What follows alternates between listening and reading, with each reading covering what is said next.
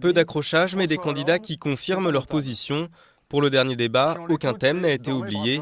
Europe, santé, éducation, crise économique, chacun est resté sur ses positions avec des différences notables sur certains thèmes chers à la gauche, comme les retraites.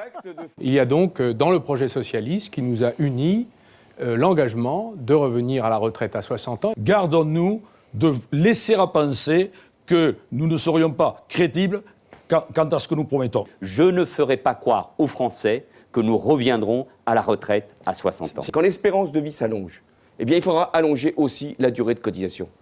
Sur l'éducation, Martine Aubry et Ségolène Royal font front commun contre la proposition de François Hollande de créer 60 000 postes en 5 ans, un coût qu'il chiffre à 2,5 milliards d'euros, bien en dessous de la réalité selon Ségolène Royal. Martine Aubry, elle, deuxième dans les sondages, n'hésite pas à tacler son principal concurrent, François Hollande. On ne pourra pas non plus changer ce système, car il va falloir le changer profondément, en Europe, vous l'avez dit, et en France, si on est une gauche molle. Ségolène Royal espère encore créer la surprise et joue sur son expérience de finaliste en 2007. Je souhaite prolonger la belle histoire de la précédente élection présidentielle, celle qui a apporté à la candidate de la gauche 17 millions de voix.